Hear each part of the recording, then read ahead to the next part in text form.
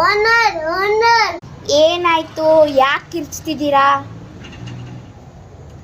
Owner, ನಮ್ಗೆ ಈ ಮನೆ ಇಷ್ಟ ಆಯಿತು, ನಾವು ಇದನ್ನೇ ಪರ್ಚೇಸ್ ಮಾಡ್ತೀವಿ. ಮನೆ ಪರ್ಚೇಸ್ ಮಾಡ್ಬೋದು, ಬಟ್ ಇದಕ್ಕೆ 9 lakhs ಆಗುತ್ತೆ. ಇದು ನಮ್ಮ ಕಡೆ 9 lakhs ಇಲ್ಲ, ನಮ್ಮ ಕಡೆ ಬರೀ 1 lakh ಇದೆ. ಏನು ಮಾಡೋಣ? ದುಡ್ಡು ತರೋಣ. ದುಡ್ಡು ಹೆಂಗೆ ತರ್ತೀಯಾ? 1 lakh ಇದ್ದರೆ ಈ ಮನೆ ಕಟ್ಸೋಕ್ಕಾಗಲ್ಲ ಅಷ್ಟೇ. ನಿಮ್ಮ ಕಡೆ 9 lakhs ಇದ್ದರೆ ಅಷ್ಟೇ ಕಟ್ಸೋಕ್ಕಾಗೋದು. ನಿಮಗೆ ಎಲ್ಲ ಬಿಟ್ಟಿದ್ದು, ನೀವೇ ಎಲ್ಲ ಡಿಸೈಡ್ ಮಾಡ್ಕೊಳ್ಳಿ.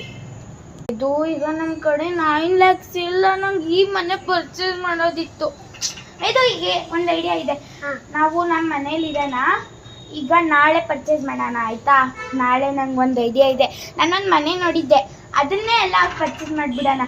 ಅದಕ್ಕೆ ಯಾರು ತೊಗೊಂಡಿಲ್ಲ, ಅದು ನಮ್ಮದೇ, ಅದು ನಮಗೆ ಬಿಲಾಂಗ್ ಆಗುತ್ತೆ.